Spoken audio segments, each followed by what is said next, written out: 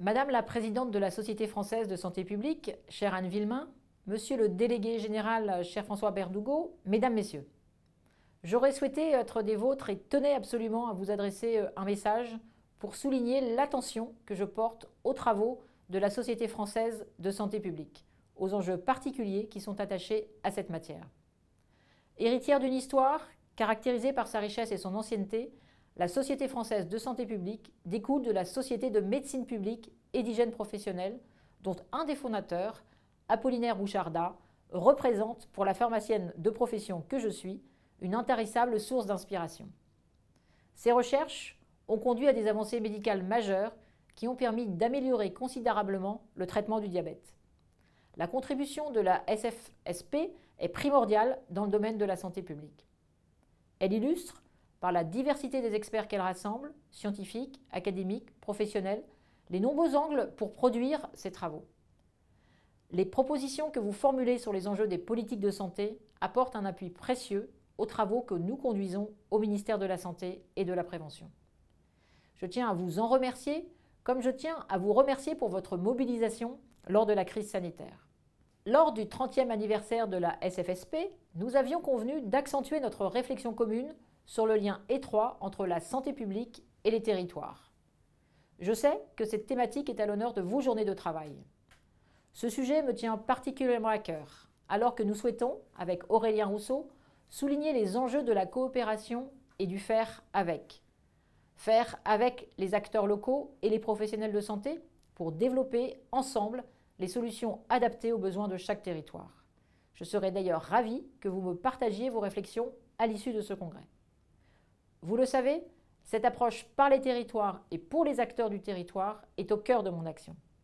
Après plus d'1 an à la tête de ce nouveau ministère de l'organisation territoriale et des professions de santé, et après près de 150 déplacements partout en France, je suis intimement convaincue que c'est à l'échelle du territoire que s'instruisent et se construisent les réponses aux défis qui sont les nôtres. J'en étais convaincue avant, je le suis encore plus aujourd'hui. Alors que notre système de santé se reconstruit sur la base d'un diagnostic que nous connaissons tous, nous partageons une évidence. Nous serons plus forts, plus audacieux et nous irons plus loin si nous collaborons mieux à tous les échelons, en particulier en matière de santé publique. Public, privé, ville, hôpital, État, collectivité, ce n'est que par notre collaboration que nous apporterons une réponse globale et cohérente aux besoins de la population et aux enjeux de santé publique. C'est le sens de la dynamique que nous avons engagée à travers les CNR et qui se poursuit aujourd'hui partout dans notre pays. En parlant de défis, je souhaitais profiter de ce message pour mettre l'accent sur un enjeu essentiel et qui, je le sais, constitue également une de vos priorités: la promotion de la santé par l'activité physique et sportive.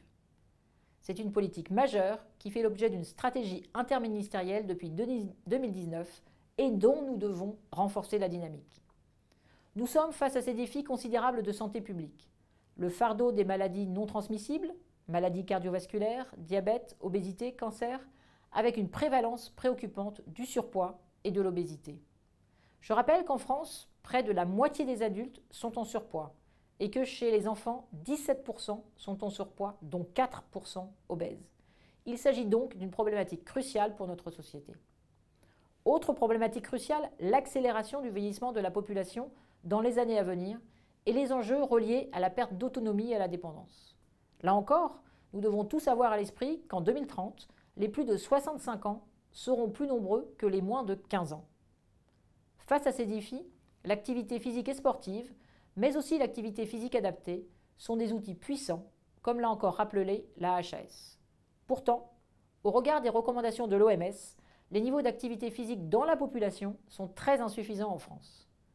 Et ce constat est valable quel que soit l'âge. La sédentarité progresse, favorisée par l'évolution de nos sociétés, omniprésence des écrans, essor du télétravail. En France, les 2/3 des jeunes de 11 à 17 ans présentent un risque sanitaire préoccupant, caractérisé par une inactivité physique et par des niveaux de sédentarité élevés. Il est donc impératif de nous mobiliser collectivement et de façon urgente.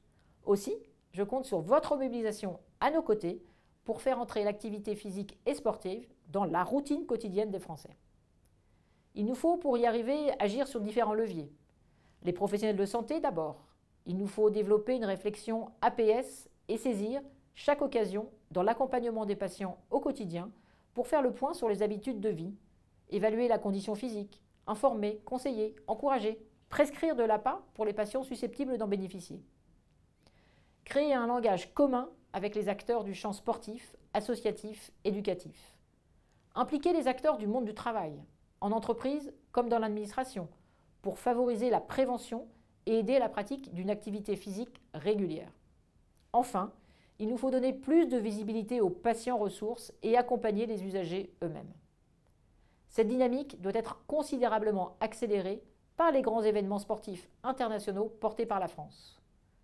Comme nous l'avons fait avec le président de la Fédération française de rugby à l'occasion de la Coupe du Monde, les Jeux olympiques et paralympiques de 2024 sont une formidable opportunité de véhiculer des messages en faveur des comportements favorables à la santé et au bien-être par l'activité physique et sportive. Travaillons ensemble sur cette thématique. Enfin, pour finir, vous l'avez certainement vu, j'ai annoncé la semaine dernière un grand plan contre les violences faites aux soignants. Il est le fruit de plusieurs mois de travail. J'aurai par ailleurs l'occasion dans les prochaines semaines de présenter une feuille de route dédiée à la santé des soignants. Car retisser les liens avec les professionnels de santé et poser les bases d'un nouveau dialogue, c'est aussi garantir leur sécurité et mettre tout en œuvre pour préserver leur santé. Je sais pouvoir compter sur votre soutien dans cette démarche afin d'apporter des réponses pragmatiques et utiles qui permettront d'enrayer et de renverser la spirale des difficultés qui affectent la santé des professionnels de santé. Parce qu'ils seront convaincus, alors ils sauront convaincre autour d'eux. Nous pouvons et même devons être optimistes.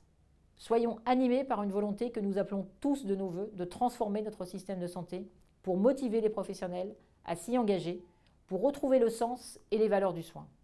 Mais je sais que je n'ai pas à vous en convaincre. Chers membres de la SFSP, je veux vous adresser mes sincères remerciements pour vos actions et vos réflexions empreintes de bienveillance et de rigueur. Elles constituent une contribution cruciale à l'évolution continue de notre système de santé publique.